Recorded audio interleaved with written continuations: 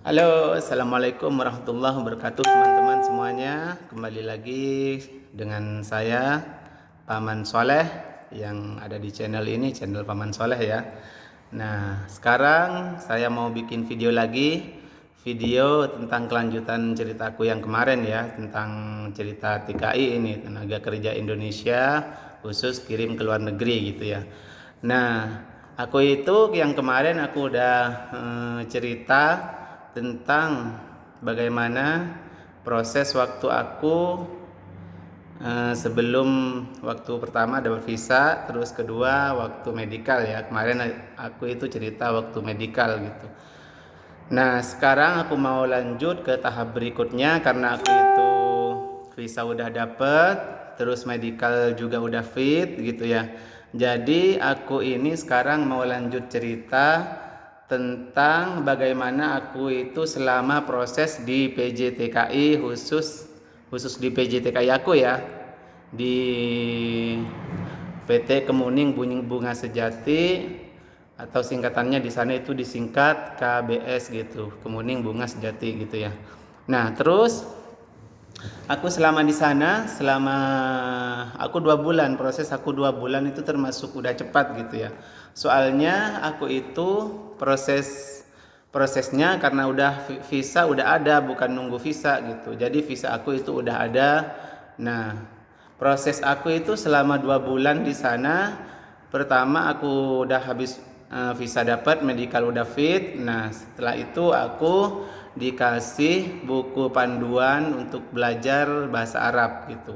Karena tempat aku yang mau kerja ke luar negeri itu di Saudi Arabia ya. Jadi aku itu dikasih panduan buku belajar bahasa Arab gitu ya, kayak kamus gitu. Jadi bahasa Arabnya ini apa, bahasa Arabnya ini apa gitu ya. Nah, sudah itu aku belajar terus gitu kan. Nah, kebetulan aku kan karena TKI, TKL gitu. Aku TKL bukan TKW gitu. Jadi aku itu tidak disediain namanya penampungan gitu. Penampungan itu khusus di PJTKI aku, khusus di PJTKI tempat aku proses ya, itu tidak menyediakan penampungan laki-laki. Jadi dia itu cuman menyediakan penampungan perempuan, karena di PT aku ini, tempat aku proses ini, mereka itu tidak nerima laki-laki masuk kalau di sana itu tidak ada visa gitu. Jadi yang masuk di dalam PJTKI tempat aku proses itu kalau memang udah laki-laki diterima, berarti di sana itu memang udah ada visa gitu. Nah, jadi diemnya atau tinggalnya laki-laki itu, khusus TKL ya, dia itu harus ngontrak di luar penampungan gitu. Penampungan itu disediakan cuman khusus perempuan saja gitu, untuk TKW gitu. Nah, di sana aku itu selama 1 bulan, aku karena udah dikasih buku panduan ya bahasa Arab gitu, jadi kamus gitu. Jadi aku itu di sana ya tiap hari nunggu gitu, kapan proses berikutnya gitu kan. Proses berikutnya itu pasporan gitu. Proses berikutnya itu sesudah visa, terus medikal, nah habis itu pasporan gitu. Nah, aku itu nungguin pasporan sampai 1 bulan gitu. Dari habis medikal aku udah fit, terus nunggu pasporan aku 1 bulan.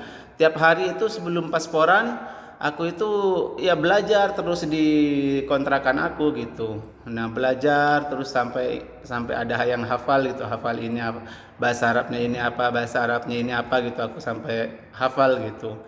Nah, selain itu aku juga itu namanya biar apa ya, namanya kita juga usaha gitu kan. Usahanya ya kita udah masuk ke BJTKI, terus ya kita tidak lupa itu kita berdoa gitu kan tiap malam itu, Masya Allah tabarakallah ya.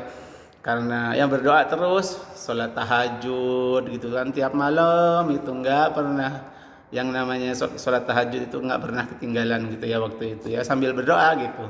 Alhamdulillah gitu beneran berangkat gitu ya. Nah, sampai aku 1 bulan di sana itu, nah baru aku dapat yang namanya panggilan lagi gitu dari PJTKI itu. Panggilannya aku itu pasporan gitu. Nah, harus pasporan di hari itu gitu kan, ada jadwal semuanya gitu. Nah jadi aku itu pasporan di itu gitu. Nah pasporannya itu bareng-bareng semuanya lagi, bareng sama PJTKI sama TKW yang ada di dalam itu, yang diproses di PJTKI tempat aku kerja ya, tempat aku masuk itu. Bareng itu, kalau nggak salah waktu itu ada 4 bis gitu dari PJTKI aku itu, yang banyak ya, yang nominalnya itu perempuan gitu, banyak banget perempuan waktu itu gitu.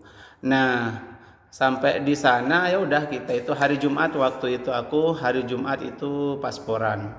Hari Jumat 4 bis berangkat gitu, waduh, ke Tangerang ya, ke Tangerang gitu waktu itu pasporannya. Nah pasporan itu kita sampai 1 hari penuh, dari jam 5 habis sholat subuh kita berangkat ya. Waktu zaman itu pokoknya penuh banget yang namanya TKW itu, pasporan di Tangerang di sana.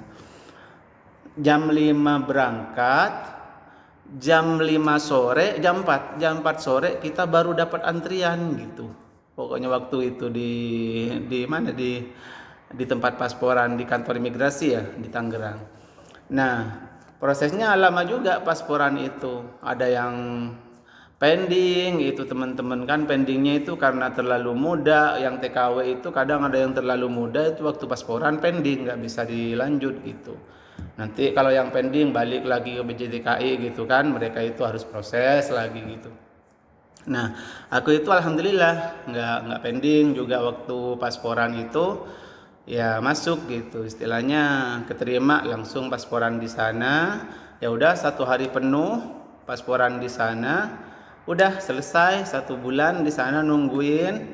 Kita itu namanya apa ya namanya, udah 1 bulan gitu kan, uang waktu pembayaran juga kita kan mahal gitu, ke PT gitu pembayarannya. Untuk TKI itu, untuk TKL untuk laki-laki itu harus bayar kalau ke luar negeri gitu.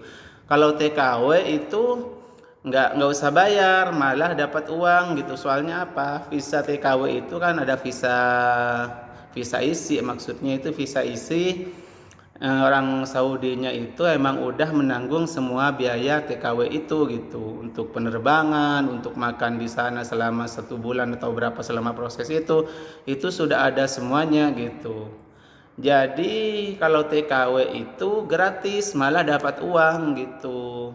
Kalau laki-laki kayak aku ini ya, kita itu harus bayar, soalnya visanya visa kosong dari sininya gitu. Jadi waktu itu aku habisnya itu semuanya 15 juta gitu waktu pembayaran itu. Soalnya apa? Soalnya aku kan ikut sponsor. Nah sebenarnya waktu di PJTKI itu, kata kata yang punya PJTKI itu ya, kata direkturnya istilahnya kayak gitu, mereka itu biayanya untuk penerbangan, untuk pasporan, untuk PAP-an segala gitu, mereka itu habisnya 7 juta gitu, 7 juta atau 9 juta waktu itu ya, udah agak lupa ya, kayaknya 9 jutaan kayaknya waktu itu. Dari PJTKI itu minta uang ke sponsor aku 9 juta. Nanti namanya sponsor ya, mereka itu kan juga kerja gitu kan, juga pengen dapat penghasilan gitu dari yang dia bawa gitu. Jadi sponsor itu minta ke aku ya 15 juta gitu. Ya udah alhamdulillah, aku itu waktu zaman itu aku kan ada saudara aku lah yang punya uang gitu kan. Jadi aku pinjam ke dia, ya dia yang ngebiayain semuanya gitu. Nah 15 juta itu aku pinjam dari dia. Waktu berangkat itu, waktu proses pertama udah harus bayar kalau emang udah fit waktu medikalnya gitu. Nah bayar 15 juta. Ya udah, namanya aku kan orang tua aku nggak punya uang, nggak punya apa-apa di sana itu, masya Allah ya, selama 1 bulan itu hampir kayak puasa gitu. Makannya juga kurang-kurang ya, asal ada aja, beli makan nasi yang murah-murah gitu kan, nasi uduk itu cuman waktu zaman itu masih 1.500 apa berapa itu nasi uduk ya. Pagi-pagi kita sarapan nasi uduk biar murah gitu. Terus habis itu siangnya itu kita masak mie instan gitu kan di PJT di kontrakan itu ya. Habis itu malamnya kita itu memang kita makan ke warung tenda, warung lalapan gitu ya. Nah, di sana itu kita makan yang cari yang murah juga, yang pecel nasi pecel pecel apa ya? Pecel lele di sana ya. Pecel lele, pecel ayam, cuman ada penyet tempe sama penyet tahu. Kita itu makannya aku ya termasuk bukan orang lain, ini aku sendiri. Aku itu milihnya makan sama penyet tempe sama penyet tahu gitu. Itu harganya waktu itu masih 5.000 gitu. Aduh, pokoknya perjuangan waktu itu ya, sampai pas mau berangkat itu kayak badan udah kerasa kayak kurus gitu. Karena ya makannya itu benar-benar ditahan biar nggak banyak habisnya biaya gitu kan. Nah, waktu itu aku juga padahal udah makannya udah istilahnya udah cari yang murah-murah, tapi masih aja kurang yang namanya uang pegangan itu. Jadi harus minta kiriman lagi ke orang rumah gitu kan. Nah, minta kiriman lagi, aku dikirim waktu itu 500.000 ya. Ya udah, habis itu udah pegang lagi karena 1 bulan itu masih juga belum berangkat gitu. Nah, habis dari 1 bulan itu, habis dari pasporan udah ready. Jadi kita itu nungguin lagi penerbangan. Tapi sebelum penerbangan kita harus PAP-an dulu gitu, pendidikan akhir pemberangkatan gitu ya, PAP itu. Nah, di situ itu kita PAP dari pasporan nungguin ke PAP-an itu kalau nggak salah setengah bulan lagi gitu. Jadi 1,5 bulan udah ya waktu di sana. Udah dapat akhirnya di PAP-an. Nah, PAP itu apa kata aku barusan, pendidikan akhir pemberangkatan gitu. Jadi kalau udah PAP berarti kita udah siap semuanya, antara visa, terus medikalan, terus paspor. Nah, PAP ini udah terakhir gitu, PAP-an ini. Pendidikan akhir pemberangkatan ya. Nah, udah 1,5 bulan. Habis itu ya udah 1,5 bulan lagi, 15 hari lagi dari PAP-an, ternyata alhamdulillah aku dapat kabar kalau aku itu hari Jumat, waktu itu hari Jumat tanggal, aku ingat banget itu pas sama dengan aku tanggal 15 Juni itu aku ulang tahun istilahnya hari lahir aku. 15 Juni itu aku berangkat gitu, penerbangan dari Indonesia gitu ya. Masya Allah tabarakallah gitu, pas di tanggal lahir aku itu berangkat penerbangan ke sini ke Saudi gitu. Jadi momennya itu keinget banget gitu, aku ingat banget waktu itu momennya karena pas di tanggal lahir aku ya aku berangkat ke sini gitu, ke Saudi Arabia ini gitu ya. Nah, waktu itu zaman aku itu kan aku habis 15 juta. Nah, ternyata itu sesudah aku itu tiap tahun ada aja anak-anak di sini baru kan, ada yang kerja di restoran atau di apa gitu kan. Jadi tukang pijit di sini juga, message gitu kan. Itu semua biaya itu untuk laki-laki tambah mahal terus gitu. Malah aku nanya kemarin itu teman aku yang di restoran itu di Madinah ya, aku di Buraidah, dia itu di Madinah. Dia itu sampai habis 30 juta gitu. Mau ke Saudi itu habis 30 juta gitu. Soalnya tambah naik terus tiap tahun itu gitu.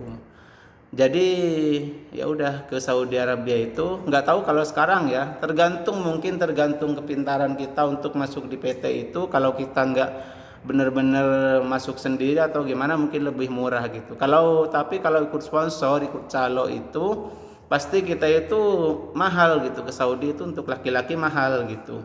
Temen aku aja itu yang kemarin habis 30 juta gitu kan. Kalau waktu zaman aku ya wajar lah, tahun 2010 itu 10 tahun yang lalu aku habis 15 juta, 10 tahun sekarang 30 juta. Mungkin itu emang bener-bener gitu.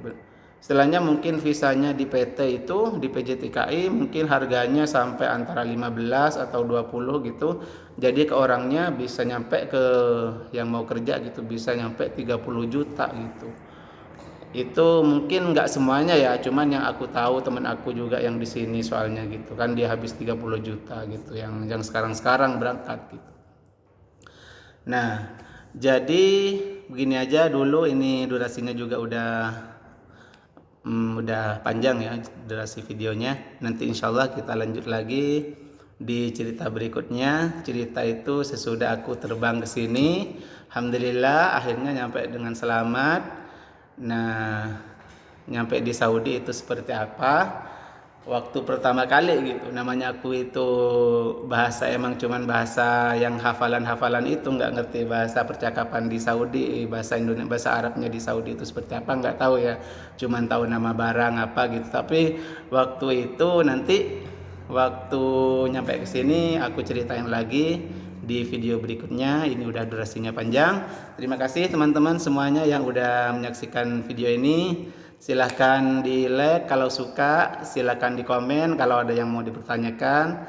Terus silahkan di share, silahkan di subscribe juga kalau silahkan di subscribe juga ya kalau memang pengen tahu terus apa namanya cerita aku itu sampainya di sini. Terus pokoknya ke belakang itu masih banyak cerita-cerita aku yang sampainya di Saudi ini, sampainya aku sampai 10 tahun di sini gitu ya.